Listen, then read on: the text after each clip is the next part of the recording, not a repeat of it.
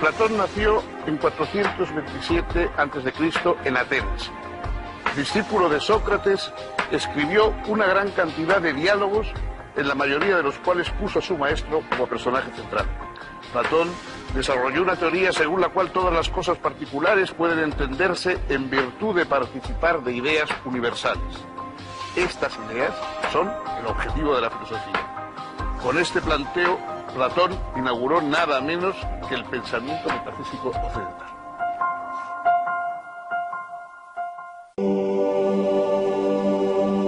La escuela fundada por este antiguo filósofo se convirtió en un prototipo de la educación superior moderna.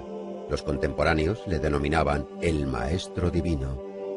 En sus obras se habla de una sociedad ideal y una inmortalidad del alma. El antiguo pensador griego Platón decía que el tiempo es una constancia similar a la eternidad.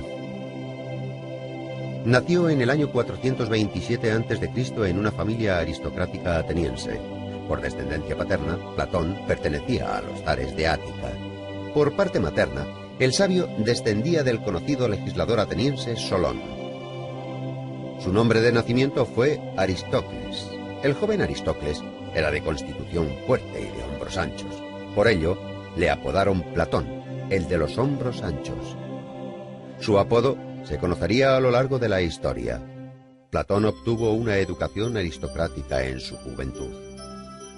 Escribió versos y tragedias, estudió las obras de filósofos de épocas pasadas y además componía música y también dibujaba.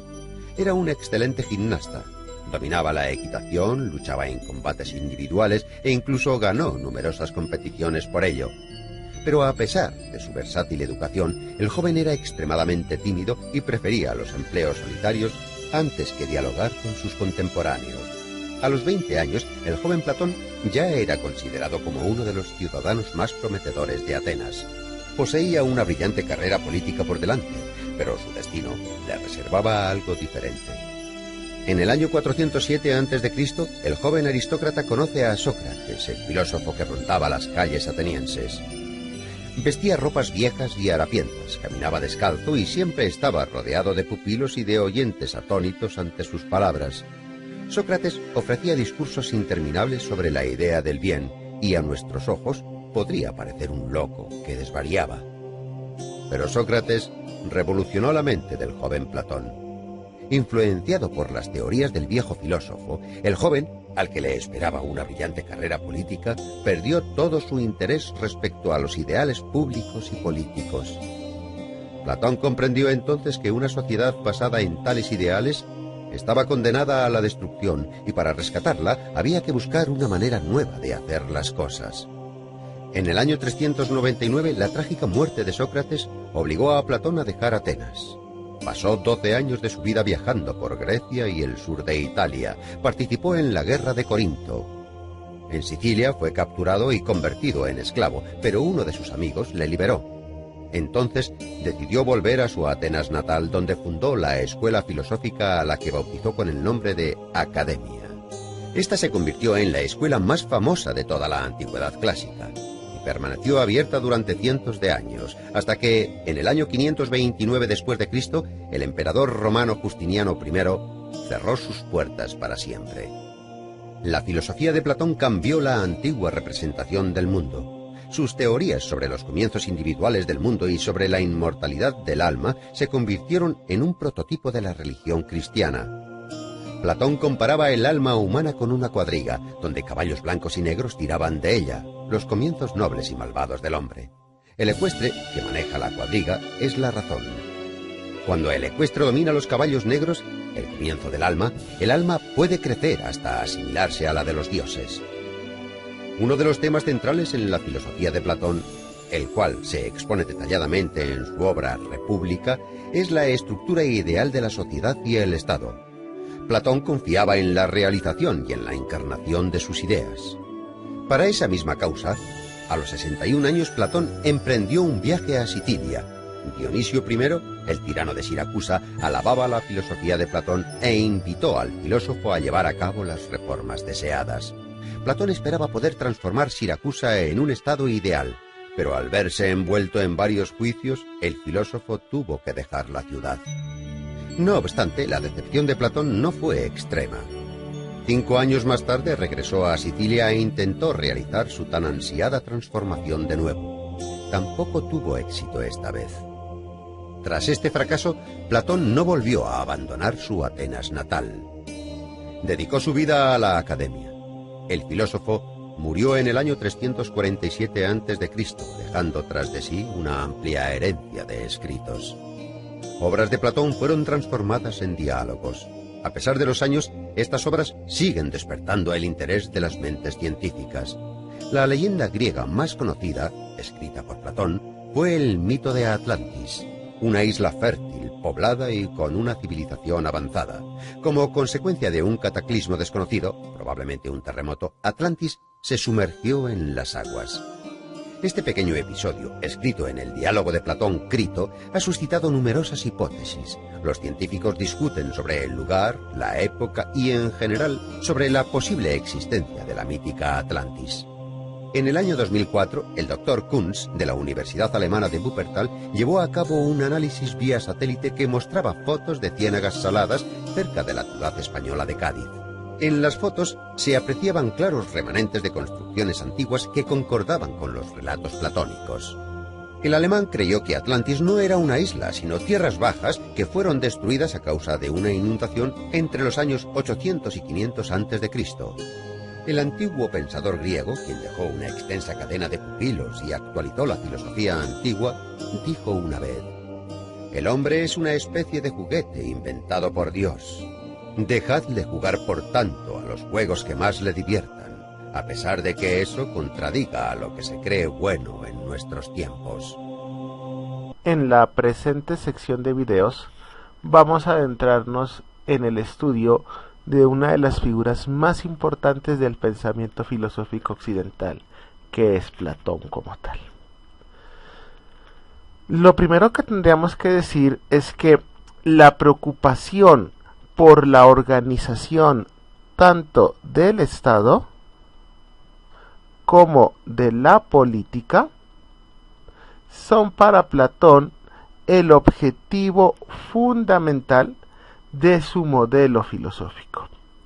Estado y política siempre estuvieron presentes en la filosofía de Platón, y su objetivo principal es alcanzar el ideal de justicia.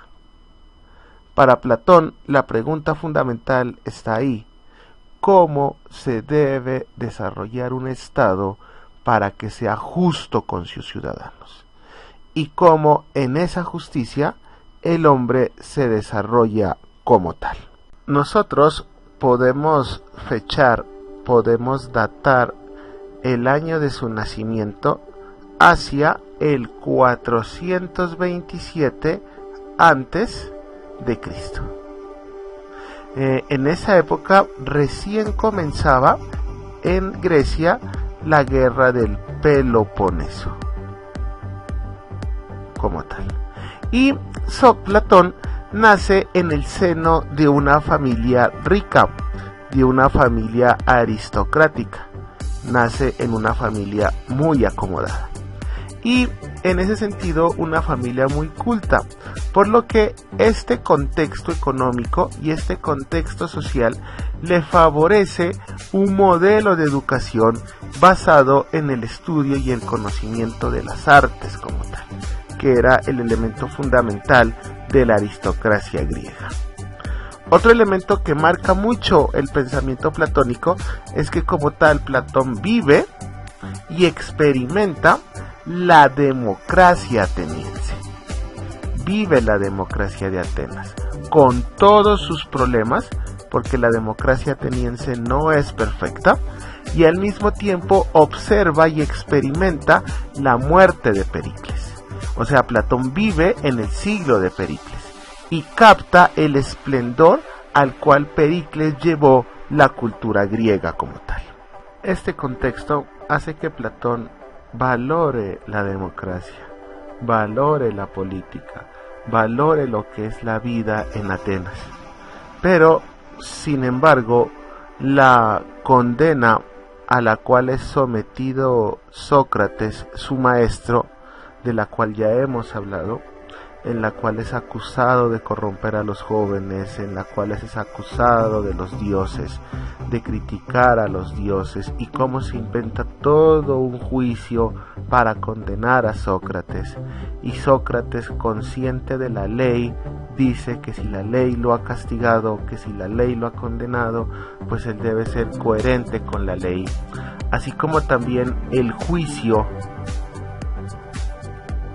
al cual son sometidos los generales vencedores en la batalla de las Argimusas, marcan fundamentalmente un punto de inflexión, ¿sí? Marcan un no retorno en el pensamiento de Platón. Alguien se preguntará, ¿no?, ¿qué pasó en esta batalla de las Argimusas? Lo que pasa es que aquí los generales que volvieron victoriosos de esta batalla fueron condenados a pesar de que ellos habían vencido en la batalla, porque no fueron capaces de salvar miles de vidas de soldados atenienses. O sea, lo normal de una guerra, que los soldados mueran, pero ellos, cuando llegan victoriosos a Atenas, son juzgados porque se les exigía que, además de haber vencido, no podían haber permitido la muerte de tantos soldados. Sócrates se opuso a este juicio, y esto, en el inicio, fomentó su amistad con Platón. En estos tiempos también se estableció el gobierno de los 30 tiranos.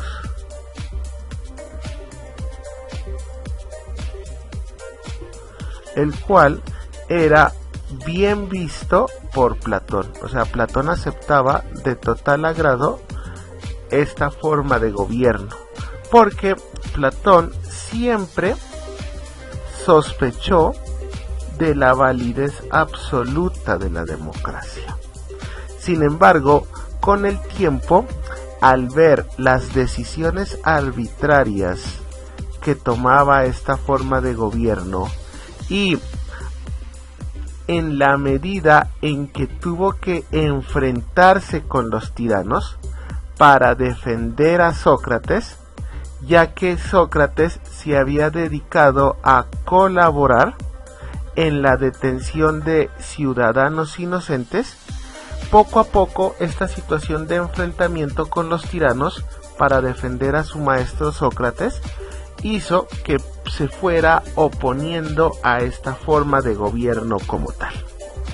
Y al caer la tiranía, al caer el gobierno de los 30 tiranos, sucede lo que ya habíamos estudiado nosotros, el juicio de nuestro amigo Sócrates. Aquí lo vemos en esta imagen muy conocida, en donde Sócrates se dispone a beber la cicuta, que fue el veneno con el cual terminó su vida.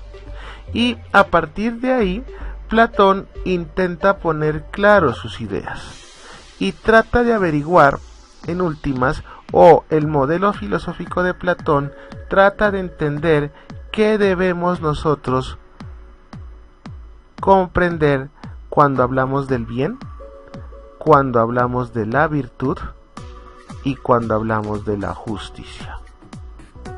Porque en el pensamiento platónico, ningún bien, ninguna virtud, ninguna justicia existió cuando se decidió someter a Sócrates a un juicio y a una muerte totalmente injustas. En esa época, después de ganadas las guerras contra los persas, Atenas había conocido un período de gran esplendor político y económico que duró alrededor de 50 años.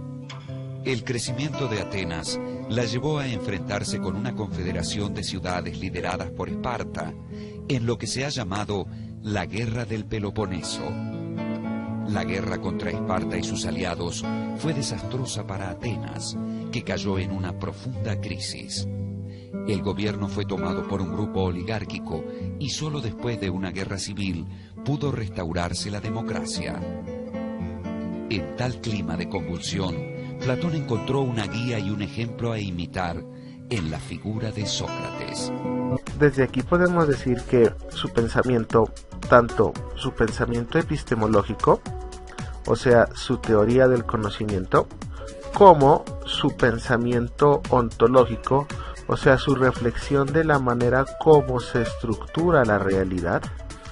La ontología es el estudio de la manera como se organiza lo real, la epistemología es el estudio de cómo se desarrolla el conocimiento.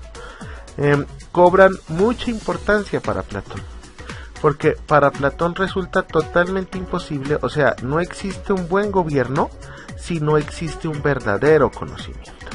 Entonces el hombre debe saber primero qué son las cosas y cómo hacemos para que esas cosas sean verdad, porque ese camino determina la construcción de un buen gobierno, porque llegamos a saber lo que es el bien.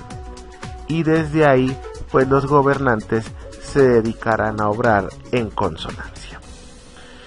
Como nosotros ya lo hemos dicho, Platón vivió aproximadamente entre los años 427 a.C. al año 347 a.C. Tenemos que decir como tal que es un filósofo griego. Y Platón como tal fue alumno del gran Sócrates, pero al mismo tiempo Platón fue maestro del grandioso Aristóteles. Aquí nosotros planteamos un trío de filósofos que van a marcar después la época clásica de la filosofía. Son los tres filósofos más importantes que se desarrollaron en Grecia, y los tres tienen una cercanía muy común. Fueron maestro y discípulo al mismo tiempo. Platón, junto con Aristóteles, fueron quienes en últimas determinaron, configuraron, delinearon lo que va a ser o lo que es en la actualidad el pensamiento occidental. Gran cantidad de creencias del pensamiento occidental son influencias tanto de Platón como autor, como de la sistematización que hace Platón y luego Aristóteles de sus principales ideas. Y esta sistematización como tal ha sido incalculable en la historia de la filosofía occidental. Es tan importante Platón que muchos han dicho que la filosofía alcanzó identidad, alcanzó a determinarse cómo es gracias a Platón. Y es que la filosofía alcanzó a encontrar su identidad como disciplina del pensamiento gracias a sus trabajos. Sin los trabajos de Platón, la filosofía no hubiera llegado al nivel de sistematización que nuestro filósofo introdujo. Por lo tanto, estudiar Platón como tal es revisar esas bases, es revisar esos cimientos del pensamiento filosófico que posteriormente estudiaremos. Estudiar Platón, por lo tanto, es estudiar el principio a partir del cual se desarrolló toda la filosofía occidental. Por eso muchos autores dicen que la filosofía occidental son las notas a pie de página del pensamiento de Platón. Platón como tal no era su nombre original. Platón se llamaba Aristócles Podros. El seudónimo es Platón, o sea, es decir, como su alias, ¿sí? ¿Por qué? Porque Platón, Platos, significa de espalda ancha, y es que nuestro filósofo era demasiado acuerpado, y eso entonces era el seudónimo, si se quiere decir así, con el cual se conocía a Platón, un hombre muy corpulento, y entonces quedó como título Platón, pero verdaderamente el nombre de Platón es Aristócles Podros, su seudónimo era Platón. Como ya lo hemos dicho, Platón era hijo de una familia que pertenecía a la aristocracia ateniense.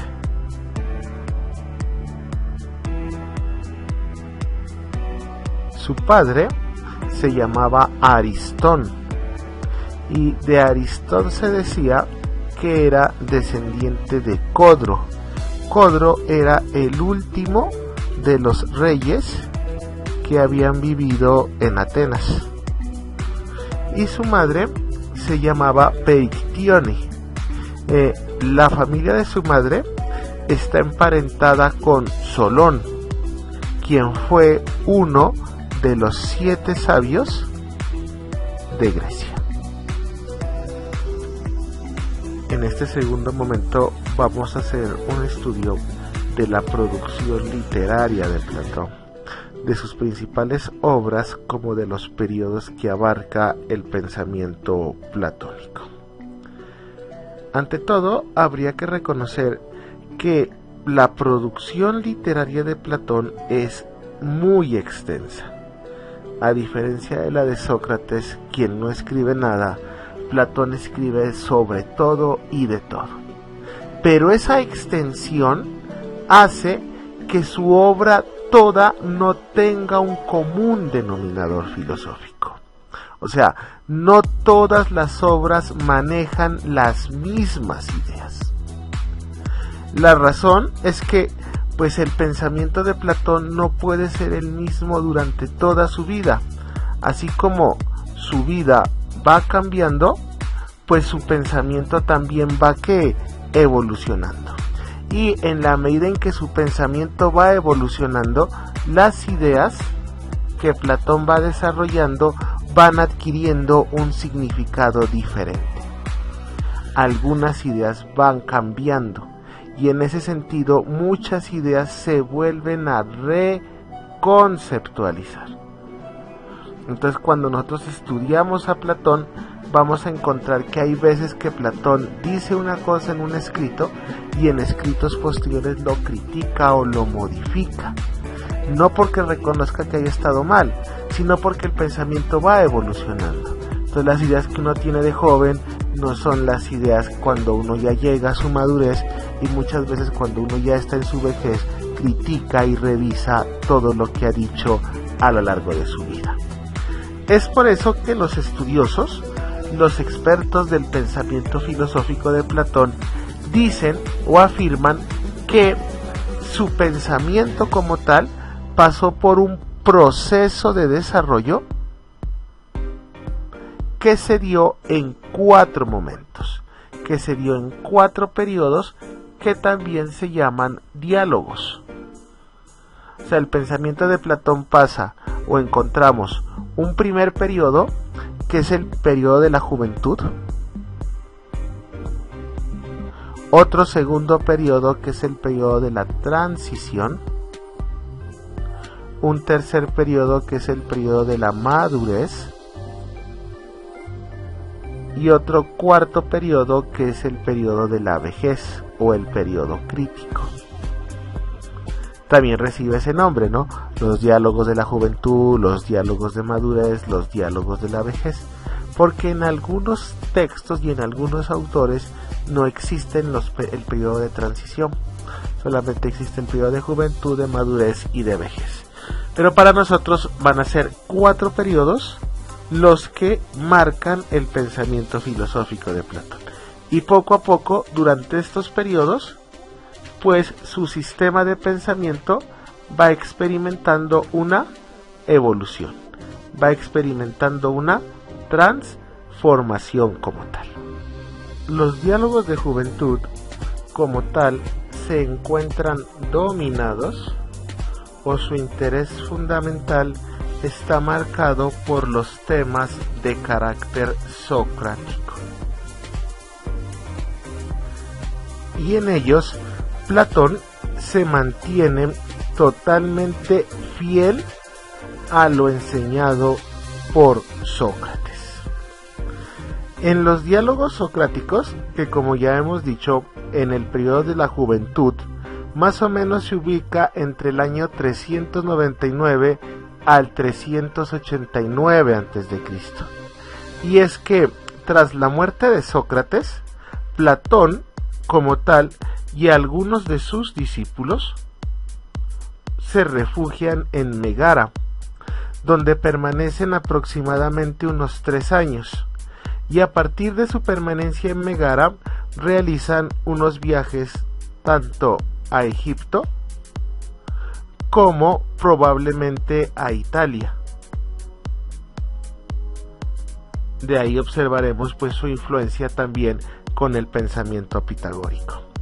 En este periodo, como tal, en el periodo de la juventud, a Platón le van a interesar los temas éticos como tal. ¿Por qué los temas éticos? Porque a partir de una reflexión sobre el bien, Platón va a tratar de rescatar, de redimir, de devolverle el honor a la figura de su maestro Sócrates. En este periodo, por lo tanto, sus escritos son muy parecidos a los socráticos en su mayéutica.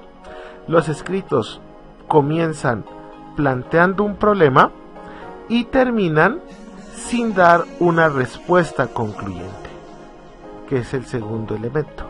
Platón en este periodo es lo más fiel al espíritu socrático, y es que más que solucionar un problema determinado, aspira a demostrarnos lo problemático de las nociones que habitualmente nosotros adoptamos sin ninguna reflexión. Ya las hemos dicho, ¿no?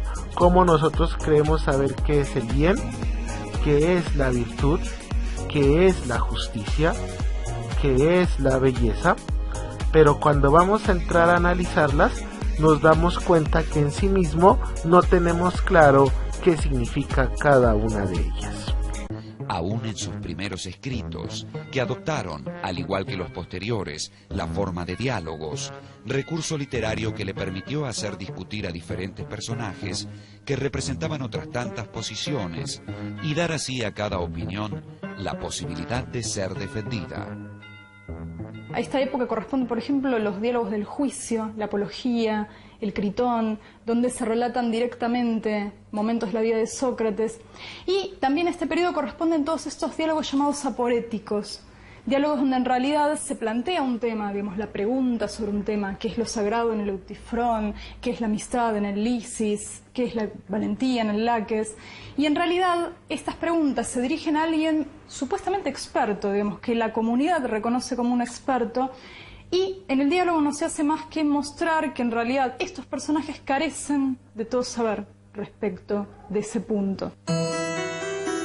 La sugerencia de Platón en estos diálogos tempranos es que el desconocimiento de la propia ignorancia impide buscar el saber. La mayoría de los diálogos platónicos presenta a Sócrates como protagonista. Platón le hace decir que él, al igual que los demás, no sabe nada, pero al menos sabe que no sabe. Por eso es el más sabio de todos. Los títulos más importantes del periodo de la juventud son el primero, que de pronto es el más conocido como tal, la Apología de Sócrates, en el cual aparece el discurso que hipotéticamente Sócrates había pronunciado ante el tribunal que lo acusaba. Y en la Apología fundamentalmente es un libro en donde Platón trata de todas las maneras de defender a su maestro, de demostrar la inocencia de su maestro. Una segunda obra bien importante es el Critón, en donde se trabaja la importancia de la obediencia de la ley. En este diálogo se habla sobre la justicia, la injusticia y sobre la apropiada respuesta a la injusticia. Luego viene una obra muy bonita que se titula Laques, que es un libro que nos va a hablar sobre la fortaleza, también conocido como la valentía, y es un diálogo socrático escrito por Platón en donde va a tratar ese tema, el tema del coraje. Una cuarta obra, Lisis, que también llamado el libro sobre la amistad, y como tal es uno de los diálogos escrito por Platón perteneciente a la etapa socrática y que trata de la naturaleza de la amistad. Quinta obra, también muy conocida, igual creo que la Apología de Sócrates, que es Protágoras. Como tal, es uno de los diálogos de juventud de Platón en los que interviene activamente su maestro Sócrates, y el tema es el de la naturaleza de la virtud. ¿Qué es lo que hace a una cosa buena y perfecta? Y el último libro de este periodo muy conocido, Cárnides, que es un escrito de Platón en donde Sócrates dialoga con un joven sobre el significado de la templanza. Esas son como las 6 obras más conocidas de este primer periodo de los diálogos de la juventud. El segundo periodo, el periodo de la transición, abarca aproximadamente entre el año 388 al 385 a.C., que es un periodo en donde Sócrates viaja a Italia y entra en contacto con algunos de los pitagóricos, que como tal van a ser muy importantes porque influyen en el pensamiento platónico, en los conceptos de la inmortalidad del alma y en el desarrollo de su cosmología. Pero también Platón viaja a Sicilia, invitado por el cuñado del tirano que gobernaba Sicilia, que era Dionisio I. Un periodo muy complejo en donde Platón no se sintió a gusto en la manera como Dionisio llevaba la vida política y desarrolló una crítica a la vida fastuosa de la corte, lo cual motivó que Dionisio quisiera asesinarlo, quisiera matarlo, pero debido a la intercesión de muchos personajes como tal de Sicilia, decidió venderlo como esclavo. Y gracias a un amigo de Platón, Aniceres de Cirene, este lo rescató y consiguió y permitió que Platón pudiera volver a Atenas para fundar su centro de formación filosófica llamada la Academia, la cual puede ser considerada como la primera universidad occidental. Platón estaba convencido de que la mejor preparación para la vida pública era el espíritu lúcido y desinteresado de la filosofía. Con ese propósito había fundado en Atenas, en el año 388, lo que se podría llamar la primera universidad de Europa. Ubicada cerca del santuario consagrado al héroe Academo, había recibido el nombre de Academia. A ella concurrieron jóvenes de Atenas y de otras ciudades para aprender no solo filosofía, sino también matemáticas, astronomía y ciencias físicas y naturales. Antes de crear la Academia, el periodo de transición abarca aproximadamente entre los 38 a los 41 años de edad de Platón.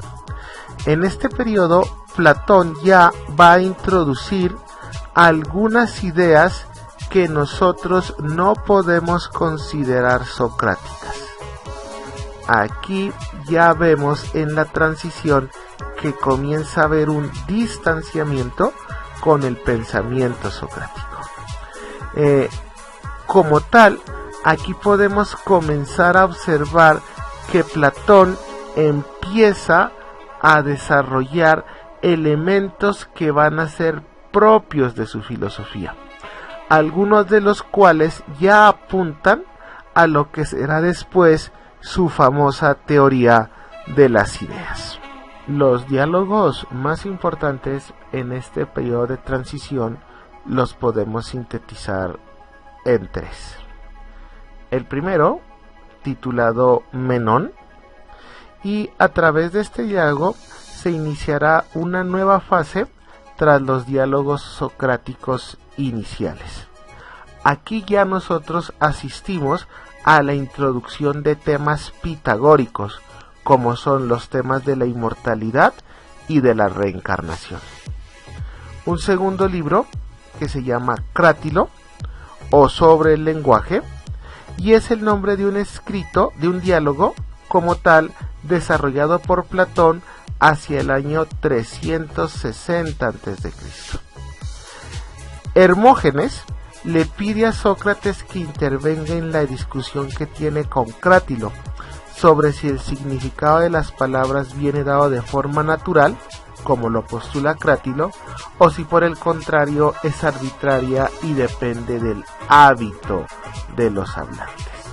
Es una reflexión sobre el lenguaje, tratando de determinar si el lenguaje es particular o tiene una validez universal. Y por último, de los diálogos de transición, tenemos su obra Gorgias. En este diálogo, el tema fundamental de la reflexión gira alrededor de la reflexión sobre la vida política. Y en ese sentido, dos temas fundamentales. ¿Qué significa ser ciudadano, por un lado? ¿Y qué significa vivir en la ciudad? O sea, ¿qué significa la política? Porque eso era la política, el arte de vivir en la ciudad.